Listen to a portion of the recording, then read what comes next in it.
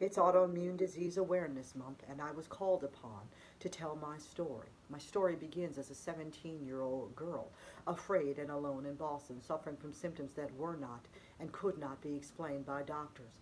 In fact, I saw more than 26 of them through my 20s and early 30s, and none of them gave me the name for the condition that had caused life-threatening symptoms. It wasn't until a doctor in my 30s told me that I might have lymphoma that I had a fire in my belly to find out what finally, once and for all, was affecting me.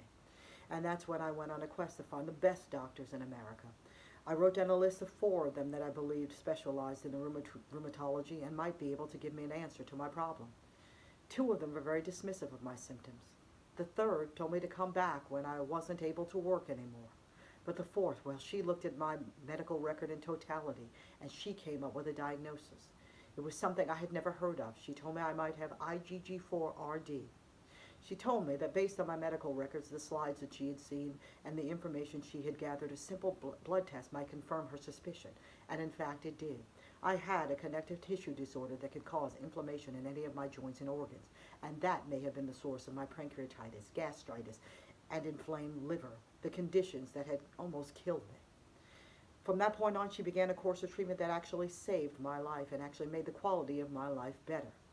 And from that point on, I decided to share my story. I wrote my memoir to tell people how they too become a medical detective and solve the mystery that plagued their life.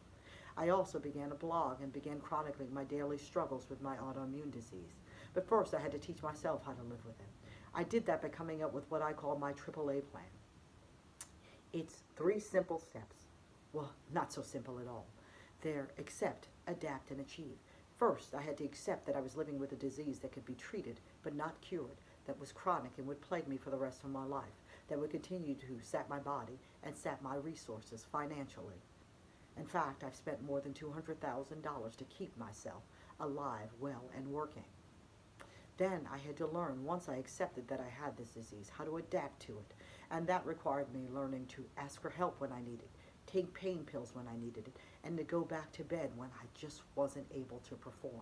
It also made me adapt by allowing my coworkers in on the fact that I suffered from an autoimmune disease, so that if I needed help when I was at work, that they could step up as well. And by doing so, I learned that I could achieve anything in life. Sometimes it requires more long-range planning. Sometimes it requires a delay. And sometimes it requires me realizing that I'm going to need special tools to get the job done. But I have since learned that I can survive and thrive with an autoimmune disease. And other people can as well, as long as they know that they're not alone, as long as they hear other inspiring stories, and as long as they know that there's help available.